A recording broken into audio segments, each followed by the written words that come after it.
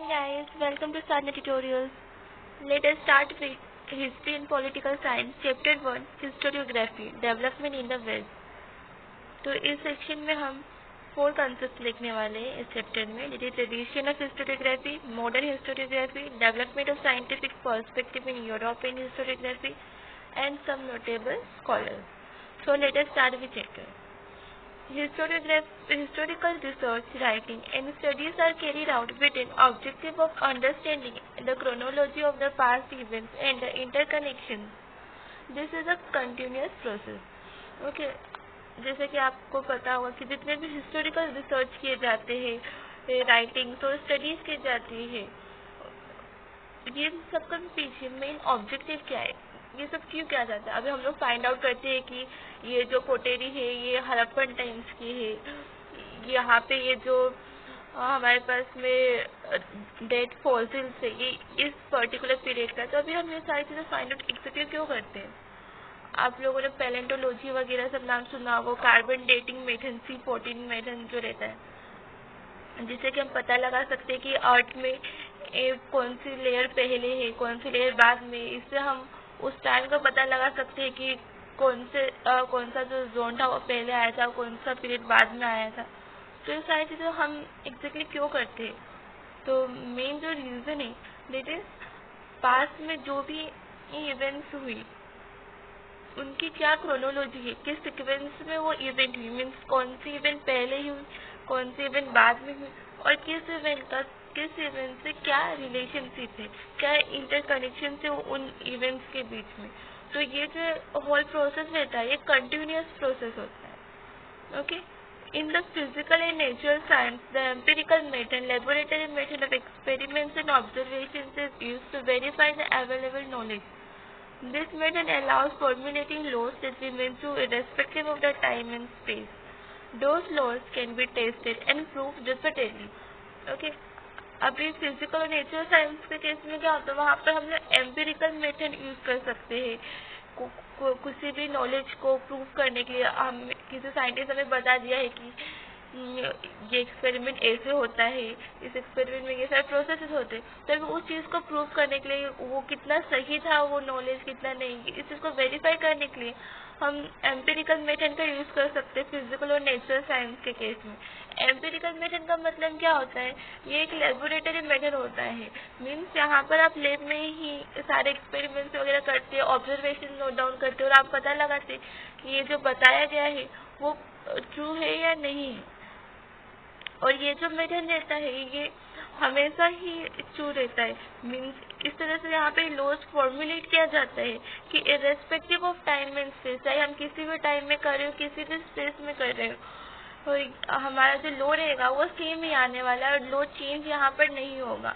Means अगर आपने सुबह के टाइम पे किसी एक पर्टिकुलर प्लेस पे आपने एक्सपेरिमेंट किया, अगर वही एक्सपेरिमेंट आप शाम को अगर करें किसी दूसरी जगह पे, तो एक्सपेरिमेंट का चेंज होने वाला था नहीं, सेम एक्सपेरिमेंट होगा, सेम ऑब्जर्वेशन आपको देखने को मिल जाएगा अगर आप कोई भी रिसर्च वगैरह करते हैं फिजिकल और नेचुरल साइंस के केस में. Okay.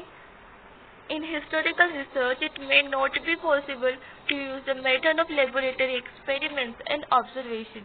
This is so because we were not present in the historical time and space, and the historical events cannot be recreated. Also, in history, it is not possible to formulate laws that remain true irrespective of the time and space. Means यहाँ पर जैसे थोड़ा सा difference दिया गया आपको कि physical and natural science के केस में क्या होता है और हिस्टोरिकल रिसर्चेस में क्या होता है. जैसा कि अभी आपने देखा कि फिजिकल और नेचुरल साइंस में क्या हो रहा है, हम वो सेम एक्सपेरिमेंट हम बार बार हम रिपीटेडली हम प्रूव कर पा रहे कि एक्सपेरिमेंट कितना ज़्यादा रिलायबल है या नहीं है. बट वही हिस्टोरिकल रिसर्च के केस में क्या हो जाता है ना, जो इवेंट्स ऑलरेडी पास में हो चुके हैं उन इवेंट्स को तो हम अभी दोबारा से रिक्रिएट नहीं कर सकते हैं. और जो भी बातें अभी बताई गई है हमें हिस्ट्री में कि हाँ उस टाइम पे ये बैटल फाउट हुआ था इन किंगडम्स के बीच में, उस टाइम पे ये किंग वॉन हुए थे, तो ये लॉस हुए थे, तो ये सारी चीज़ें हम दोबारा से रिक्रिएट नहीं कर सकते, जिस वजह से हम ये हिस्टोरिकल रिसर्च में एम्पेरिकल मेथड का यूज़ नहीं कर सकते हैं. क्योंकि जनरली क्या होता है, हम उस हिस्टोरिकल टाइम और स्पेस में प्रेजेंट नहीं थे, जिस वजह से हमें एग्जैक्टली नहीं पता है कि उस टाइम पे क्या क्या चीज़ें हुई थी. तो इस तरह के यहाँ पर ये हिस्ट्री में जो भी लॉज रहती है उसे कुछ इस तरह से फॉर्मुलेट किया जाता है कि वो टाइम और स्पेस के साथ साथ चेंज होती जाती है, वो हमेशा भी ट्रू नहीं रहेगी। Okay, to begin we need an expert who knows the language and script of a historical document in order to read it and understand its meaning. Also, the experts can examine the authenticity of the document by using criteria such as lettering style, author style of writing, manufacturing date and type of paper, stamps of authority, etc. Such a document is further scrutinized by a historian with the help of relevant historical references.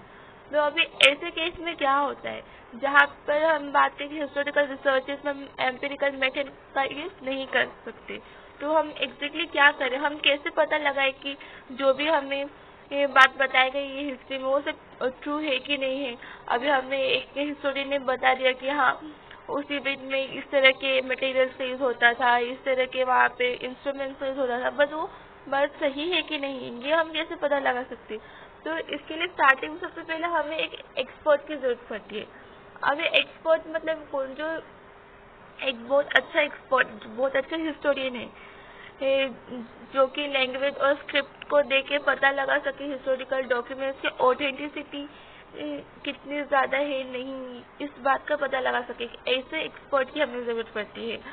अभी for example आप अगर Ajanta Ellora case में जाके देखें, वहाँ पे बहुत सारी तरह की पेंटिंग्स की जाती है, वहाँ पे बहुत कुछ लिखा हुआ भी रहता है, बट वो लैंग्वेज जनरली हम लोगों को समझ में नहीं आती है। लेकिन वही अगर कोई एक अच्छा एक्सपर्ट आता है तो उससे वो लैंग्वेज बहुत ही इजीली समझ में आ जाएगी और फिर वो एक्सपर्ट हमें हमारे लैंग्वेज में कन्वर्ट करके उन चीज़ों को बता देगा। तो एक ऐसे एक्सपर्ट यहाँ पे हमें चाहिए ये जो कि उन पहले के टाइम का लेटरिंग स्टाइल को देखे ये पता लगा सके कि ये लेटरिंग स्टाइल कितना पुराना है, कितने टाइम पहले हम इस स्टाइल का यूज करते थे और यहाँ वहाँ पर एग्जैक्टली क्या लिखा हुआ है, ये सारी चीजें हमें बता सके। Also the expert can examine the authenticity of documents, इसके साथ साथ एक्सपर्ट उन डॉक्यूमेंट्स की ऑथेंटिसिटी को बता सकता है। अभी कैसे बता रहा था, तो लेटरिंग स्टाइल के हेल्प से उस टाइम के ऑथर का स्टाइल ऑफ राइटिंग अलग था, तो उस बेसिस पर हमें बता सकता है उस टाइम का मैन्युफैक्चरिंग डेट और किस तरह के वहाँ पर पेपर्स यूज करते थे। जैसे अभी तो जैसे हम लोग नॉर्मल पेपर्स यूज करते, बस पहले क्या होता था ताजपत्र वगैरह यूज करते थे। तो अलग अलग टाइम्स में अलग जनरेशन में अलग अलग चीज़ों का यूज किया जाता है हिस्टोरिकल इवेंट्स को नोट डाउन करने के लिए। तो इसके लिए हमें एक एक्सपर्ट की जरूरत है और इस तरह के जो भी डॉक्यूमेंट्स हमें मिलती है सिर्फ फर्दर हम लोग वापस से स्क्रूटिनाइज करते हैं किसी अच्छी हिस्टोरियन से कुछ रेलिवेंट हिस्टोरिकल रेफरेंसेस यानी कुछ एविडेंसेस के साथ में। नेक्स्ट यहाँ पर एक चार्ट दिया हुआ है हिस्टोरिकल रिसर्च मेथड। जैसा कि अभी आपने देखा कि historical research method empirical method पे बिल्कुल भी बेस्ड नहीं है, आप एम्पिरिकल मेथड से पता नहीं लगा सकते कुछ भी। तो यहाँ पे एग्जैक्टली हिस्टोरिकल रिसर्च क्या कैसे किया जाता है, इसके पीछे क्या मेथड है। राइटिंग ऑफ हिस्टोरिकल नैरेटिव में जब भी ये कोई हिस्टोरियन एक हिस्टोरिकल नैरेटिव को राइट करता है उसके लिए क्या क्या प्रोसेस से उसे गुजरना होता है। तो first is examining relevant references of the available historical information. जो भी हमारे पास में हिस्टोरिकल इंफॉर्मेशन है उससे रिलेटेड जितने भी रेफरेंस हमारे पास में है, जितने भी प्रूफ्स हमारे पास में एविडेंसेस है, उन सबको हम लोगों को अच्छी तरह से पहले एग्जामाइन करना होता है। नेक्स्ट स्टेप क्या है, तो collecting historical information, highlighting the processes that lead to historical transitions, carrying out comparative analysis. Okay, means यहाँ पे हम क्या करते हैं हिस्टोरिकल इंफॉर्मेशन को कलेक्ट करते हैं। अब ये हिस्टोरिकल ट्रांसलेशन का मतलब यहाँ पर चेंजेस, ठीक है, किस तरह से हिस्टोरिकल चेंजेस हुए, इसके बिहाइंड क्या क्या प्रोसेसेस हुए, इन सारे प्रोसेसेस को हाईलाइट किया जाता है और फिर उसके बाद एक कंपैरेटिव एनालिसिस ली जाती है इन चीज़ों के ऊपर पे।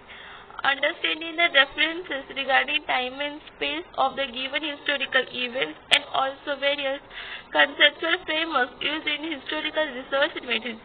मीन्स इसके बाद क्या किया जाता है, तो उस टाइम और स्पेस से रिलेटेड जितने भी रेफरेंसेस रहते थे उन्हें पहले समझा जाता है अच्छे से, जो भी हिस्टोरिकल इवेंट्स उस टाइम पे हुए थे ये उनके पीछे क्या कंसेप्चुअल फ्रेमवर्क्स बनाया गया था, इन सारी चीज़ों के हेल्प से हिस्टोरिकल रिसर्च मेथड को कैरी किया जाता है। Formulating relevant questions in view of the historical references. अभी जो भी हमारे पास में हिस्टोरिकल रेफरेंसेस यानी जो भी हमारे एविडेंस हमारे हाथ लग रही है उन सारे एविडेंसेस के ऊपर पे हमें कुछ क्वेश्चंस रेज करने होते हैं कि वो एविडेंस कितना सही है या नहीं है। Formulating hypothesis. हाइपोथेसिस का मतलब होता है assumptions, मीन्स एग्जैक्टली हम नहीं बता सकते कि पास्ट में क्या हुआ था क्या नहीं हुआ था, बट हाँ हम कुछ assumption जरूर बना सकते हैं उन चीज़ों के बेसिस पे कि ऑब्वियसली कुछ ऐसे इवेंट्स हुए जिस वजह से ये रिजल्ट आया होगा उस इवेंट का। तो फॉर्मुलेटिंग हाइपोथेसिस मीन्स assumptions बनाते हैं। Then critically examining of various sources of history. जितने भी हमें हिस्ट्री के सोर्सेस मिले उस टाइम के उन सबको हम लोग क्रिटिकली एग्जामाइन करते और इस तरह से जाके एक हिस्टोरिकल नैरेटिव लिखा जाता है। मीन्स इतने सारे स्टेप्स वहाँ पे आपको फॉलो करने पड़ते उस हिस्टोरियन को। Okay, methods of various discipline are useful in historical research. For example archaeology, archival science, manuscriptology, epigraphy, study of inscriptions, analysis of lettering style, linguistics, numismatics, study of coins, genealogy, study of lineage, etc.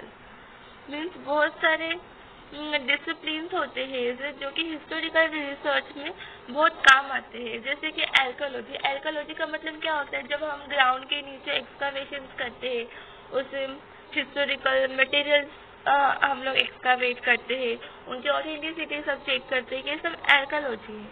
Archival science, मैन्युस्क्रिप्टोलॉजी। मैन्युस्क्रिप्टोलॉजी का मतलब यहाँ पर है कि पहले के time पे जो केस रहते थे उनके ऊपर पे कुछ स्क्रिप्टिंग की रहती थी, मीन्स कुछ लिखा होता था, कुछ पेंट की रहती थी, ये सारे मैन्युस्क्रिप्टोलॉजी में आते हैं। Okay, archival science. Archival means बहुत पहले के टाइम पे किसी का साइंस यूज किया जाता था, उन्हें अभी इधर लाइब्रेरी में स्टोर करके रखा जाता है। Okay, epigraphy. Epigraphy means inscription. Okay, study of inscription. जो भी हमें इंस्क्रिप्शन हमारे हाथ लग रहे हैं उन सब की जब हम स्टडी करते हैं उसे एपिग्राफी बोलते हैं। Analysis of lettering style. उस टाइम पे किस तरह की लेटरिंग स्टाइल यूज की जाती थी उनकी एनालिसिस करते हैं। लिंग्विस्टिक्स, न्यूमिस्मेटिक्स मीन्स कॉइन्स की स्टडी, जीनियोलॉजी, लीनेज की स्टडी। तो ये सारे ये जो वेरियस डिसिप्लिन है ये बहुत यूजफुल होती है किसी भी हिस्टोरिकल रिसर्च में। अभी बात यहाँ पर हम कर रहे थे इंस्क्रिप्शन की, तो वैसे कि इंस्क्रिप्शन का एग्जाम्पल दिया है डू यू नो के चार्ट में। Okay, the earliest inscription in the Lord museum. ये वो सबसे पुराना इंस्क्रिप्शन हम बोल सकते हैं, सबसे पहला जो इंस्क्रिप्शन था जिसे लॉर्ड म्यूजियम में रखा गया। लॉर्ड म्यूजियम जो है फ्रांस में। ओके, द एबो picture shows a fragment of the earliest inscription. Okay, सबसे अर्लीस्ट इंस्क्रिप्शन जो था इसका एक टुकड़ा दिखाया गया है यहाँ पे। A forward marching file of soldiers holding seals and spears is seen here. यहाँ पर हम क्या देख सकते हैं कि कुछ सोल्जर्स यहाँ पे एक लाइन में खड़े हुए हैं और वो फॉरवर्ड डायरेक्शन के टुवर्ड्स मार्च कर रहे हैं और उनके हाथों में सील्स और स्पीयर्स है। The general is in the front, और जो उनका मेन जनरल है जो हेड है वो सबसे आगे सबसे फ्रंट में खड़ा है। The tradition of recording historical event can be traced back to Sumer civilisation in Mesopotamia. Okay, ये जो ट्रेडिशन था हिस्टोरिकल इवेंट्स को नोट डाउन करने का ये बहुत पहले से चला आ रहा है। ये मेसोपोटामिया के समर सिविलाइजेशन से ट्रेडिशन कैरी हो रहा है। Names of Sumerian kings and the stories of the battles found by them have been preserved in various inscriptions. Okay, और उस टाइम के मेसोपोटामिया के समर सिविलाइजेशन के जो भी समेरियन किंग्स थे और उस टाइम पे जो भी बेटल्स फाइट की गई थी इन सभी ये चीजों को इन इंस्क्रिप्शंस में प्रिजर्व करके रखा जाता है। इंस्क्रिप्शन में उन चीजों को दिखाई जाती है। द अर्लीस्ट इंस्क्रिप्शन सोन एबो डेट्स बैक टू 4500 BC। और यहाँ पर आप ये जो इंस्क्रिप्शन देख पा रहे हैं ये इंस्क्रिप्शन 4500 BC का है। इस इंस्क्रिप्शन को अगर ध्यान से देखें आपको एकदम अच्छे से पता चल जाए कि यहाँ पर ये सोल्जर्स मार्च कर रहे हैं, यहाँ पर ये आगे में उनका जो जनरल है वो इधर फ्रंट में खड़ा है। ये साइड से बहुत ही अच्छे से यहाँ पे दिख रहा है। तो ये सबसे पुराना इंस्क्रिप्शन था। और पूरा इंस्क्रिप्शन भी नहीं बोल सकते, इंस्क्रिप्शन एक्चुअली बड़ा होगा, बट उस इंस्क्रिप्शन का हमें एक छोटा सा टुकड़ा मिला जो कि लॉर्ड म्यूजियम में अभी रखा गया। लॉर्ड म्यूजियम जो है फ्रांस में है, तो इसे आप देख सकते हैं अपने यूट्यूब चैनल पर। और अगर सर्च करें तो इसके ऊपर पे आ जाएगा, नहीं तो फिर अगर आप सही में कभी इन फ्यूचर तो आप फ्रांस जा रहे हैं तो वहाँ के लॉर्ड म्यूजियम में आपको ज़रूर इन स्टेशन को जाके एक बार देखना चाहिए। Okay, it records a battle fought between two kingdoms. अब यहाँ पर ये क्या बताया जा रहा है, इस इंस्क्रिप्शन के जरिए हमें ये बताया जा रहा है कि दो किंगडम्स के बीच में ये बैटल फाइट किया गया था।